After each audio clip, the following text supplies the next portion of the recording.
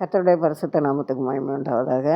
கர்த்தர் அடியேனையும் பிள்ளைகளையும் இதுவரையும் பத்திரமாய் பாதுகாத்தார். அதுபோல் உங்களையும் ஒவ்வொருவரையும் கர்த்தர் பாதுகாத்து வருகிறார். கர்த்தருக்கு ஸ்தோத்திரம். இந்த வசனம் ஜீவன் உள்ளது. இந்த வேதம் ஜீவன் உள்ளது. ஒவ்வொரு வார்த்தையும் ஜீவன் உள்ளது, வல்லமை உள்ளது. அதை நம்ம உணரக்கூடிய அந்த அறிவை ஆண்டவர் நமக்கு தந்திருக்காரு. இந்த வசனம் செத்தவங்களை உயிரோட எழுப்பும், வியாதியஸ்தரெல்லாம் சுகமாக்கும், நீர்க்கோவை வியாதியை சுகமாக்கும். அது இந்த அப்பம் மீனை ஆசீர்வதிக்கும், சாப்பாட்டை ஆசீர்வதிக்கும், கடலையும் நிறுத்தும், அந்த அதுக்கு கொந்தளிப்பெல்லாம் நிறுத்தும்.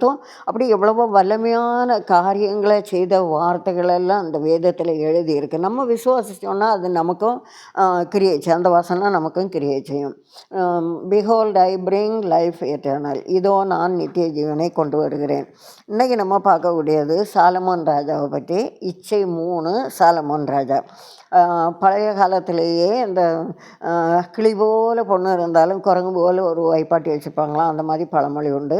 அப்படி அந்த காலத்துலலாம் நிறைய பேருக்கு அப்படி வைப்பாட்டி உண்டு. சிலர் இங்கே சொந்த ஊரில் எங்கேயா கொஞ்சம் ஒழிச்சு தான் கொண்டு வச்சுருப்பாங்க, ஊர்களுக்குள்ளே வச்சுருக்க மாட்டாங்க. சிலர் வெளியூரில் வச்சுட்டு அப்பப்போ போய் பார்த்துட்டு 1-2 நாள் தங்கிட்டு அதுகளுக்கு தேவையான எல்லாம் வாங்கி கொடுத்துக்கிட்டு வருவாங்க. அந்த மாதிரி இருந்தாங்க. நான் அந்த 83, 84 அந்த டைமில் 2000 வரை அவங்கள இங்கே நாகர்கோயிலில் பார்த்துருக்கேன். ஒரு ஃபாதர் வருவார். அவர் எந்த இதுன்னு தெரியாது. ஒரு ஃபாதர் அங்கி போட்டுகிட்டே வருவார். அவர் மஃப்டியில் ஒன்றும் வர மாட்டார், அங்கி போட்டுகிட்டே வருவார். இங்கே ஒரு சிஸ்டரும் 3 பிள்ளைகள், 2 பையன்மாரும் ஒரு பொம்பளை பிள்ளையும் இங்கே இருந்துச்சு. அவருக்கு வைப்பாட்டியும் அவருக்கு 3 பிள்ளைகளும். அப்போ அவர் நல்லா அப்பப்போ மாதந்தோறும் வருவார். நல்லா அதுகளுக்கு ஏதாவது வாங்கி கொடுத்துட்டு, சாப்பாடு, துணிமணி, அதான் சாப்பாட்டுக்கு தேவையான ஜாமான்கள் எல்லாம் வாங்கி கொடுத்துட்டு ஹோட்டலுக்கு அங்கெல்லாம் கூப்பிட்டு போவார். அப்படி நல்லா அவங்கள கவனித்தார். 2000 வரை அவங்கள பார்த்துருக்கேன். அப்புறம் இப்போ எங்கே இருக்காங்க, நாகர்கோயிலையா வெளியூர்லையான்னு தெரியாது. ஆனால் அவர் நல்லா கவனித்தார். பணம் உள்ளவங்க எங்கேயாவது வெளியூரில் பொண்ணை வச்சுட்டு அவங்கள நல்லா கவனிப்பாங்க, நல்ல சாப்பாடு வாங்கி கொடுப்பாங்க, அவங்க பிள்ளைகளையும் நல்லா படிக்க வச்சு நல்லா கொண்டு வருவாங்க. அந்த மாதிரியெல்லாம் செய்வாங்க. தெரியாத ஊர்களில் கொண்டு வச்சுக்கிடுவாங்க. இப்போவும் இந்த பழக்கம் இருக்குது. ஆனால் அதெல்லாம் அந்த ஒரு புருஷன் உள்ள பொண்ணுன்னு சொன்னால் அந்த புருஷன் மாதிரி கொண்டு போடுவாங்க. எவ்வளவோ பிரச்சனைகள் நடக்குது. ஒன்றும் இல்லாத ஆதரவு இல்லாத பொம்பளைகளுக்கு இவங்க அப்படியே ஹெல்ப் பண்ணாங்கன்னா அது ஒரு பிரச்சனை இல்லாமல் அதுகளும் நல்லாயிரும். அந்த மாதிரியெல்லாம் நடக்குது. சில ஊழியக்காரங்களும் லேசுப்பட்டவங்க கிடையாது. அவங்களும் அங்கே ஒழிச்சு அங்கங்கே வச்சுருக்காங்க. இப்போது முன்னெல்லாம் அந்த மாதிரி நம்ம கேள்விப்பட்டதே கிடையாது, கேள்விப்பட முடியாது. இப்போ அந்த மாதிரியெல்லாம் இருக்குது. அவங்களுக்கு அதை பற்றி ஒரு சிந்தனை ஒன்றுமே கிடையாது. அப்படியே வச்சுருக்காங்க. சாலமோன் ராஜா 1 ராஜாக்கள் 11 அதிகாரம் 1-4 வரை. ராஜாவாகிய சாலமோன் பார்வோனின் குமாரத்தை நேசித்ததும் அல்லாமல் மோவாபியரும், அம்மோனியரும், ஏதோமியரும், சீதோனியரும், ஏத்தியரும் ஆகிய அந்நிய ஜாதியாரான அநேக ஸ்திரீகள் மேலும் ஆசை வைத்தான். இச்சை அவனுக்கு இந்த மற்ற ஜாதி பொம்பளைகள், விக்கிரகங்களை வணங்கக்கூடியவங்க, அவங்களுக்கு மேலே ஒரு ஆசை வந்துட்டு. 4ஆம் வசனத்தில், சாலமோன் வயது சென்றபோது அவனுடைய மனைவிகள் அவன் இருதயத்தை அந்நிய தேவர்களை பின்பற்றும்படி சாய பண்ணினார்கள். அதனால் அவனுடைய இருதயம் அவன் தகப்பனாகிய தாவீதின் இருதயத்தை போல தன் தேவனாகிய கர்த்தருடைய உத்தமமாய் இருக்கவில்லை. சாலமோன் சீதோனியரின் தேவியாகிய அஸ்தரோத்தையும் அம்மோனியரின் அருவருப்பாகிய மில்கோமையும் பின்பற்றினான். அப்போ சாலமோன் ராஜா தேவன்கிட்ட விண்ணப்பம் பண்ணி எனக்கு ஞானந்தாங்க ஆண்டவரேன்னு சொல்லி கேட்டு வாங்கி அந்த மாதிரி நல்ல ஒரு ஞானவானாக இருந்துட்டும் அவர் அந்த பொம்பளைகள் காரியத்தில் அது ஒரு இச்சை, பெண்கள் மேலே உள்ள இச்சையினால் இவருக்கு ஆசீர்வாதம், இவருக்குள்ள எல்லாத்தையுமே இழந்து அந்த விக்கிரகங்களை பின்பற்ற மாதிரி அவர் ஆயிட்டார். அப்போ 7ஆம் வசனத்தில் மேடையை கட்டினான்ருக்கு. அவன் மனைவிகள் அவன் இருதயத்தை அந்நிய தேவர்களை பின்பற்றும்படி சாய பண்ணினார்கள். அப்போ தேவனை விட்டு அந்நிய தேவர்களை பின்பற்றும்படி சாய பண்ணினார்களாம். மேடையை கட்டினான். 7ஆவது வசனம். கர்த்தரை விட்டு தன் இருதயத்தை திருப்பினான். 9ஆம் வசனத்தில் இருக்குது. 1 ராஜாக்கள் 11:7. அப்பொழுது சாலமோன் எருசலேமுக்கு எதிரான மலையிலே மோவாபியரின் அருவருப்பாகிய காமோசுக்கும் அம்மோன் புத்திரரின் அருவருப்பாகிய மில்கோமுக்கும் மோளேகுக்கும் மேடையை கட்டினான்ட்டு இருக்கு. 11:14 கர்த்தர் ஏதோ அப்போ இவர் வந்து கர்த்தருக்கு உண்மையாக இருக்கும்போ இவருக்கு வந்து ஒரு பிரச்சனை ஒன்றும் கிடையாது. அவரே சொல்லார், ஈராம் சொல்லும்போ, எங்கும் தேவன் எனக்கு இளைப்பாறுதல் தந்தார், நான் வந்து சமாதானமாக இருக்கேன் அப்படின்ட்டு சொல்லுவார். அது 1 ராஜாக்கள் 5:4 இப்பொழுதோ என் தேவனாகிய கர்த்தர் எங்கும் எனக்கு இளைப்பாறுதலை தந்தார், விரோதியும் இல்லை, இடையூறும் இல்லை. அப்போ அப்படி அப்படி அவர் இருந்திருக்கார். சமாதானமாக இருக்க காலத்தில் இந்த இதுகளெல்லாம் பின்பற்றும்போ அவருக்கு தேவாலயம் கட்டுறதுக்கு முன்னால் அவர் அப்போவே அவருக்கு சமாதானம் இருந்திருக்கு. ஆனால் அந்த இவங்க கூடலாம் காண்டாக்ட் வைக்கவும் அந்த தேவனை விட்டு பின்வாங்கக்கூடிய இருதயம், பிசாசுகளை பின்பற்றக்கூடிய இருதயம் அவருக்கு வந்துட்டு. ஆலயம் கட்டின பிறகு 2 நாளாகமும் 9:23-24 பூமியின் சகல ராஜாக்களை பார்க்கிலும் ராஜாவாகிய சாலமோன் ஐஸ்வர்யத்திலும் ஞானத்திலும் சிறந்தவனாய் இருந்தான். சாலமோனின் இருதயத்திலே தேவன் அருளிய ஞானத்தை கேட்பதற்கு பூமியின் ராஜாக்கள் எல்லாரும் அவன் முக தரிசனத்தை தேடினார்கள். விசேஷ ஊழியக்காரங்க சில ஊழியக்காரங்க விசேஷமாக ஊழியம் செய்வாங்க. அவங்களுக்கு நல்ல கிருபை இருக்கும். அவங்க தொட்ட வியாதி சுகமாகவும் மரித்தோர் எழும்புவாங்க. பல அதிசயங்கள் நடக்கும். பல விடுதலைகள் உண்டாகும். வீடுகள் ஒன்றும் இல்லாதவங்களுக்கு நிறைய ஆசீர்வாதம் கிடைக்கும், வேலை கிடைக்கும். அந்த மாதிரி நிறையெல்லாம் இருக்குது. அந்த மாதிரிப்பட்ட நல்ல ஊழியக்காரங்க எல்லாம் இப்போவும் இருக்கிறாங்க, முந்தையும் இருந்தாங்க. அப்போ அந்த மாதிரி இவருக்கு கொடுத்தது விசேஷித்த கிருபை, விசேஷித்த ஆவியானவராக இருந்து வருஷம் ஒவ்வொரு வருஷமும் இந்த ராஜாக்கள் என்ன செய்வாங்க, மற்ற நாட்டுக்காரங்க ராஜாக்கள்லாம் அவரவர் தங்கள் காணிக்கையாகிய வெள்ளி பாத்திரங்களையும் பொற்பாத்திரங்களையும் வஸ்திரங்களையும் ஆயுதங்களையும் கந்தவர்க்கங்களையும் குதிரைகளையும் கோவேறு கழுதைகளையும் கொண்டு வருவார்கள். சாலமோன் ராஜாவுக்கு ஒரு குறை இல்லை. இவங்க எல்லாம் இதெல்லாம் கொண்டுட்டு வராங்க.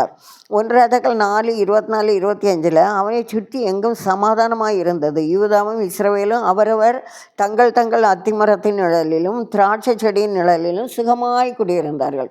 அப்போ சாலமோன் ராஜா அரசாட்சி செய்த இந்த காலத்தில் அவங்க ஜனங்களும் சமாதானமாக குடியிருந்தாங்களாம். அவரவர் தங்கள் அத்திமரத்தின் கீழையும் அவரவர் வீட்டில் அவரவர் தோட்டத்தை வச்சுட்டு அவரவர் சாப்பிட்டுட்டு அவரவரும் சந்தோஷமாக, அந்த ஜனங்களும் சந்தோஷமாக சமாதானமாக குடியிருந்தாங்க. அப்படி ஒரு நல்ல ஒரு ஆசீர்வாதமும் ஒரு சமாதானமும் சாலமோன் ராஜாவுக்கு இருந்துச்சு. 1 ராஜாக்கள் 11:10 அவர் கற்பித்ததை கைக்கொள்ளாமல் போனதினால் கர்த்தர் அவன் மேல் கோபமானார். அப்போது கர்த்தர் அவன் மேல் கோபமாகும்போது இது என்ன ஆகும், அவருக்குள்ள ஆசீர்வாதம் எல்லாம் போயிடும். கோபம் சொன்னால் ஒரு ஆள் கோபப்பட்டுன்னா அவர் செய்யக்கூடிய ஒருத்தருக்கு நன்மை செய்துட்டு அவருக்கு மேலே கோபப்பட்டாங்கன்னா ஏதோ இந்த ஆள் அவருக்கு வேண்டாத வேலை செய்திருக்காரு, அதனால் இவங்களுக்குள்ள அந்த ஆள்கிட்ட இருந்து வரக்கூடிய ஆசீர்வாதம் திருப்பி இவங்களுக்கு வராது. அதை போல் இவருக்கு தேவன்கிட்டருந்து வரக்கூடிய ஆசீர்வாதம் அவருக்கு வரலை. இவங்க கை கொள்ளாமல் போனதுனால அவர் தகுதி இழந்துட்டார். 11:12 ஆகையால் கர்த்தர் சாலமோனை நோக்கி, நான் உனக்கு கட்டளையிட்ட என் உடன்படிக்கையும் என் கட்டளைகளையும் நீ கைக்கொள்ளாமல் போய் இந்த காரியத்தை செய்தபடினால் ராஜபாரத்தை உன்னிடத்திலிருந்து பிடுங்கி அதை உன் ஊழியக்காரனுக்கு கொடுப்பேன் அப்படின்னு சொல்லுவார். அப்போது இவர் சொல்லார், தாவீது ராஜாவை போன இடங்களிலெல்லாம் கர்த்தர் காப்பாற்றினார்னு வரும். ஆனால் இவர் இப்படி அந்நிய தேவதையை பின்பற்றின உடனே அவருக்கு விரோதியை தான் தேவன் எழும்ப பண்ணுவார். ஆனாலும் உன் தகப்பனாகிய தாவீது நிமித்தம் நான் அதை நாட்களில் செய்ய மாட்டேன், உனக்கு குமாரனுடைய கை நின்று இந்த தேசத்தை பிடுங்குவேன் அப்படின்ட்டு சொல்லுவார். அப்போ விக்கிரக ஆராதனைனாலே தேவனை இழந்து போகக்கூடாது. விக்கிரக ஆராதனைனா விக்கிரக ஆராதனை மாத்திரம் இல்லை, வேற எவ்வளவோ காரியங்களை புதிய ஏற்பாட்டிலையும் சரி பழைய ஏற்பாட்டிலையும் சரி விக்கிரக ஆராதனைக்கு சமமாக சொல்லியிருக்கு. அந்த மாதிரிப்பட்ட குற்றங்கள் நம்மகிட்ட இருந்ததுனாலும் நம்ம அந்த இதெல்லாம் இழந்துருவோம். அப்போ அதனால் அது கவனமாக இருக்கணும். அப்படிப்பட்ட குற்றங்கள் நம்ம மேலே வராமல் கவனமாக இருக்கணும். நீர் தெரிந்து கொண்ட அப்போ தாவீது சாலமோன் ராஜா தேவன் சொப்பனத்தில் உனக்கு என்ன வேணும்னு கேட்கும்போது இவர் சொல்லுவார், நீர் தெரிந்து கொண்ட உமது ஜனத்தின் நடுவில் இருக்கிறேன். ஆகையால் உமது ஜனங்களை நியாயம் விசாரிக்கவும் நன்மை தீமை இன்னதென்று வகையறுக்கவும் அடியேனுக்கு ஞானமுள்ள இருதயத்தை தந்தார்கள்னு கேட்காரு. அப்போ இவர் கேட்க விண்ணப்பம் என்ன? இந்த ஜனங்களை நான் நியாயம் விசாரிக்க வேணும், எனக்கும் நன்மை தீமை என்னன்னு வகையறுக்கக்கூடிய இருதயம் எனக்கு வேணும் அப்படின்னு கேட்காரு. அப்போ தேவன் வந்து அதை அந்த விண்ணப்பம் ஆண்டவர் பார்வைக்கு உகந்ததாக இருந்ததுனால அவர் வந்து இவருக்கு விண்ணப்பத்துக்கு பதில் கொடுத்து, ஞானமுள்ள இருதயத்தை உனக்கு தந்தேன், உன்னை போல ஞானம் உள்ளவன் உனக்கு முன்னையும் இல்லை உனக்கு பின்னையும் இல்லை, அதனால் நீ வந்து விசேஷமானவன், நீ கேட்காத நிறைய காரியங்களையும் நான் உனக்கு தந்தேன் அப்படின்னு சொல்லுவார்.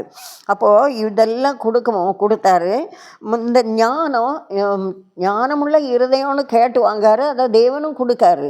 ஆனால் இந்த விக்கிரகம் வந்து அருவருப்பு, இந்த பொம்பளைகளெல்லாம் அருவருப்பு, இந்த அந்நிய ஜாதியார் வந்து நம்ம அவங்கள தீண்டக்கூடாது, அவங்கள தொடக்கூடாது, அவங்க நம்ம வாழ்க்கையில் அவங்க மிக்ஸ் பண்ணி வரக்கூடாதுன்னு அந்த அறிவு இவருக்கு ஏன் இல்லாமல் போச்சுன்னே தெரியல. கேட்குறாரு, ஞானமுள்ள இருதயத்தை எனக்கு தாங்க ஆண்டவரே, நன்மை தீமை இன்னதுன்னு வகையறுக்கக்கூடிய ஞானமுள்ள இருதயத்தை தாங்க ஆண்டவரேன்னு கேட்காரு. ஆண்டவரும் அதை கொடுத்துட்டு இவர் இந்த அந்நிய பொம்பளைகிட்டெல்லாம் அப்படி காண்டாக்ட் வைக்கவும் அந்த இருதயமும் அந்த அறிவும் இவரை விட்டு போயிடுச்சு. அதனால என்ன இவருக்கு இழப்பு தான் வருது. இவருக்கு அது பிறகு ஆசீர்வாதம் கிடையாது. ஆண்டவர் வந்து அவருக்கு ராஜாங்கத்தை பிடுங்கி நான் மற்றவனுக்கு கொடுப்பேன்னு சொல்லார்.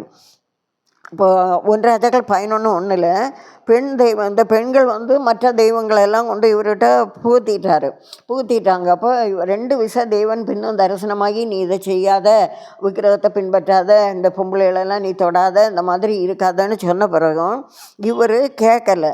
இவர் கேட்காதனால இவருக்கு அது ஒரு இன்ட்ரெஸ்டாக போயிடுச்சு. அதனால் என்ன செய்வார், கர்த்தர் அவன் மேல் கோபமானார். வேறு ஒரு ராஜாவை இவருக்கு விரோதியே ஆண்டவர் எழுப்பிட்டார். அது வேறு அவருக்கு விரோதி கிடையாது, ஒன்றும் கிடையாது, அவரே சொல்லுவார். அப்போது ஆண்டவர்கிட்ட உண்மையாக இருந்தால் தான் நித்திய ஜீவன் வரும். நித்திய ஜீவன் இல்லாட்டினா இந்த விக்கிரகத்தை பின்பற்றினா அது என்ன, அந்த ஜீவன் வந்து நரகத்துக்கு தான் போகும். இப்போ நித்திய ஜீவனுக்கு போகாமல் இந்த ஆத்மா இப்படி பாவம் செய்துச்சுன்னா அக்கினிக்குள்ளே தான் போகும். அந்த அக்கினிக்கு வேல்யூ தெரியாமதாக ஜனங்கள் இஷ்டப்படி நடக்கிறாங்க, இஷ்டப்படி ஜீவிக்கிறாங்க, இஷ்டப்படி செய்கிறாங்க, இஷ்டப்படி பாவம் செய்கிறாங்க. அப்போ இதுக்கு எல்லாம் ஒரு முடிவு, ஒரு தண்டனை என்னது? அக்கினி. அங்கேருந்து நம்ம லாசர் வந்து அந்த இப்போ இவர் ஆபிரகாம் மடியில் இருக்கும்போது ஐஸ்வர்யவான் நரகத்தில் கிடக்காரு. லாசருக்கு ஒரு விரலை நினச்சி எனக்கு நாக்கில் வைங்கய்யான்னு கேட்காரு. அப்போ ஒரு விரலை நினச்சா எவ்வளோ தண்ணி கிடைக்கும்? ஒரு சொட்டு தண்ணி. அது கூட அங்கே இல்லாமல் இவர் தாகத்தில் வறண்டு அந்த அளவுக்கு அந்த இடத்துல ஒரு சூடும் ஒரு தாகமும் ஒன்றுமே கிடையாது. அங்கே அந்த தீக்குள்ளே அவர் கிடக்காரு. அந்த மாதிரி அதே போல் தான் அந்த சாலமோன் ராஜாவும் இவ்வளவும் செய்ததுனால இது என்ன, இந்த நித்திய ஜீவனை அவர் இழந்துருவார். அவர் நரகத்துக்கு தான் போயிருப்பார். ஏன்னா விக்கிரகத்தை வணங்கின பிறகு தேவன் கோபமும் கொண்டார், விரோதியும் எழுப்பினார். அப்போ ஒரு ஆளுக்கு விரோதி எழுப்பினாலே அவரை அந்த ஆளை தேவன் ரொம்ப வெறுக்கிறாருன்னு அர்த்தம். அப்போ அதனால் இவருக்கு நித்திய ஜீவன் இழந்து போனார். 2 ராஜாக்கள் 23:13-14 எருசலேமுக்கு எதிரே இருக்கிற இவர் வந்து இந்த மில்கோமுக்கு அந்த அம்மோன் புத்திரன் மோபியருக்கு அருவருப்பெல்லாம் அவங்க தெய்வத்துக்கெல்லாம் மேடையை கட்டினார்ல. அப்போ அது வந்து இடிபடுது. அது எப்போ? யோசியா ராஜா காலத்தில்.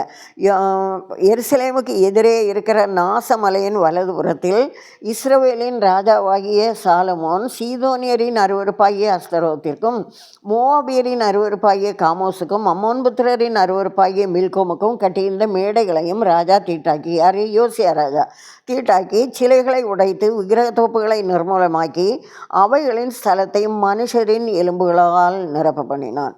அப்போது இந்த இவர் வந்து என்ன செய்கிறாரு, இந்த சாலமோன் ராஜா கட்டினதெல்லாம் உடச்சி தவிர்த்து அப்படி அந்த விக்கிரகங்கள் அந்த ஞாபகம், அந்த நினைவு ஒன்றுமே இல்லாமல் இவர் யோசியா ராஜா ஆக்குறாரு. அப்போ இவர் செய்ததை ஆண்டவர் அங்கீகரிக்காததுனால இன்னொரு ராஜா வச்சு அதை இடித்து தள்ள வைக்காரு. அப்போ அதுபோல் நம்ம செய்கிறது வாய்க்கணும், நம்ம செய்கிறது வாய்க்கணும், அவன் செய்வதெல்லாம் வாய்க்கணும் இருக்கப்போ நம்ம என்ன செய்தாலும் வாய்க்கணும்னா நம்ம என்ன செய்யணும்? ஆண்டவருக்கு கீழ்ப்படிஞ்சு ஜீவிக்கணும். இந்த மாதிரி இந்த வீணான இச்சை, இந்த மாதிரி பாவங்கள் நம்ம மேலே வராதபடிக்கு நம்மளை பாதுகாத்துக்கணும். ஆண்களும் சரி, பெண்களும் சரி, நம்மளை பாதுகாக்கும்போது இந்த மாதிரிப்பட்ட சாபங்கள் நம்ம மேலே வராது. அப்போ இப்படி வரும்போது நம்ம நித்திய ஜீவனை இழந்துருவோம். இந்த உலகத்தில் நமக்குள்ள ஆசீர்வாதத்தையும் சமாதானத்தையும் இழந்துருவோம். விரோதியை எழும்ப பண்ண நாள் இருக்க அவன் அப்போவே வேண்டாத வேலையெல்லாம் செய்ய தொடங்கிட்டான் சாலமன் ராஜாவுக்கு விரோதமாக.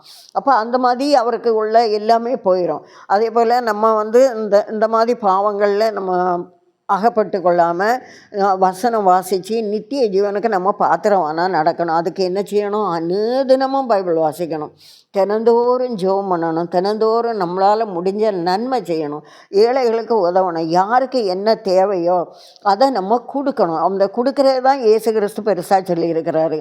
கொடுங்கள் உங்களுக்கு கொடுக்கப்படும் தான் சொல்லுவாங்க. அப்போ நம்ம கொடுக்கறது வீணாக போகாது. நம்ம கொடுக்கறது தேவனுக்கு கடன் கொடுக்கறதா தான் பைபிளில் எழுதியிருக்கு. அப்போ நம்ம கொடுக்கறது வீணாக போகாது, நம்ம ஜெபம் வீணாக போகாது, நம்ம பரிசுத்தம் வீணாக போகாது. இந்த மாதிரிப்பட்ட இந்த தீட்டுகள், இந்த அருவருப்பு, இந்த மாதிரி இச்சை எதையும் நம்ம இச்சிக்க கூடாது. எதுனாலும் சரி, பிறன் மனைவியை இச்சியாதிருப்பாயாகன்ட்டு இருக்குது. அப்போ இவர் சாலமன் ராஜா அந்நிய பொம்பளைகள், அந்நிய ஜாதியில் உள்ள பெண்களை இவர் கொண்டுட்டு அதை மனையாட்டியாகவும் மறுமனையாட்டியாகவும் வச்சு அவங்களுக்குள்ள தெய்வங்களை இவர்கிட்ட அவங்க தள்ளி விட்டுருவாங்க. அப்போ அதை இவர் அங்கீகரிச்சிட்டாரு. தேவாலயம் கட்டினது சாலமன் ராஜா. தேவனுக்கு பிரியமாக நல்ல தரிசனத்தில் இந்த உலகத்திலேயே ஞானவானாக இருக்கக்கூடிய அறிவை தேவன்கிட்ட கேட்டு வாங்கினது சாலமன் ராஜா. நன்மை தீமை அறியத்தக்க இருதயத்தை எனக்கு தாங்கப்பான்னு கேட்டு வாங்கினது சாலமன் ராஜா. ஆனால் அதெல்லாம் இந்த தீமையான காரியத்தை அவர் சூஸ் பண்ணக்கூடிய அளவுக்கு அவருக்கு இருதயம் வலிவு போச்சுன்னா பைபிளில் இருக்குது, வலிவு போச்சு. அப்போ நம்ம தேவையில்லாத காரியங்களில் தலையிடும்போது நம்ம பரிசுத்தம் வலிவு போயிடும், நம்மகிட்ட உள்ள நம்ம ஜீவிதம் வலிவு போயிடும்.